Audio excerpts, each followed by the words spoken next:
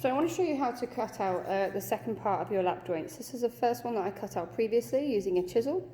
I'm going to show you how to cut out the second piece, or how to mark out the second piece. Just ignore that pencil line, I'll flip it over. So, traditionally what I used to do was I used to line it up and then mark where this corner that I've cut out previously, where it started and ended. I've got a new way and I think it's much, much better. Take your timber, line it up so the edges are flush, like so. So do take your time with it. And then get your pencil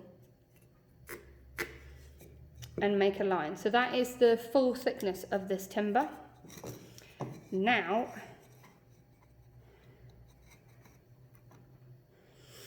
take your corner join, lap it over the corner, and just on the outside edge, make a little pencil mark. And again, outside of that edge, make a pencil mark. Use a tri-square. Bit higher. There you go. For this one, I'm going to use a ruler. I'm actually going to measure how far away that pencil edge is. It's 10 mil. So 10 mil. Use a ruler, line it up. There we go. That's my corner. The reason I actually drew around the thickness of this timber onto this one is because it gives us a better idea as to whether this actually looks accurate. Because we cut out a 10 mil by 10 mil square. Sometimes when you overlap it and you cut out, you draw a line right on the corner of this material, it comes out too short. So by drawing this thickness line here, it gives us an idea as to whether we're actually accurate with what we've done, and I think we are. I think it looks quite spot on. So now I'll mark it out the exact same way before. I'll use my pencil, go over the edges, and I'll draw it along the full width, top, and then this edge here. Done. So I marked out, or continued my markings all the way along, and I've cut the first line going down the timber to that mark line that I've previously drawn on as well. So now I need to cut across this line here. So I've shown you how to chisel that line. Now I'm going to show you how to use a bench hook, a brass back saw to cut it. So collect yourself a bench hook, and remember the gap on the bench hook. If you're right-handed, you want it to be on the right-hand side. If you're left-handed, you want it to be on the left-hand side. I'm right-handed, so it's on the right-hand side. Get a bench hook. I'm going to use a quick clamp to clamp it to the bench for extra stability and extra security, because I don't want to slip and slide everywhere.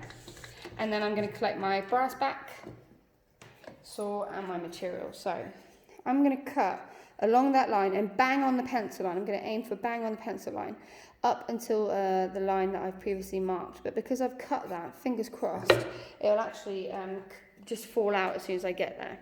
So when you're using the bench hook, because I want to cut right on that line, I'm actually going to position my work so that the pencil line just skims past that stock. So imagine there's a beam of light on it, or a laser, and that laser is pointing and it's traveling just along the edge of that stock. That's what I'm aiming for, because I'm going to use this edge as a guide when I'm cutting into my timber. And I'm going to hold my timber with my fingers tucked in, they're pressing on the surface, and my thumb also tucked in. I don't want hitchhiker's thumbs. Tuck it in. Otherwise, if you slip, you're more likely to hurt yourself. I'm going to hold on to my brass back saw and just, I'm just going to position this ever so slightly.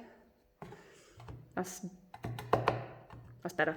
And just like any cut I normally do into a material, I'll start with my 3 positions, 1, 2, 3, and I'm resting my blade against the stock because that's going to help me keep my nice straight and parallel line.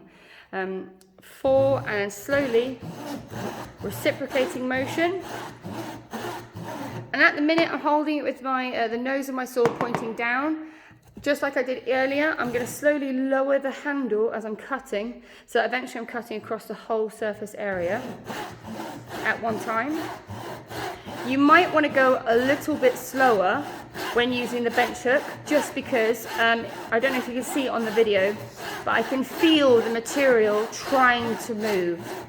So if you go fast, like a crazy person, you're more likely going to hurt yourself, so nice and slow. So there you go, I've now got my nice cut line. It's pretty decent, it's not too bad, it's on the pencil line. And I'm going to continue cutting until I get to either that pencil line that I've marked out or the saw line that I've cut. So I'm going to do that and I'm going to come back. Okay, I've only got a little bit left to do. There we go.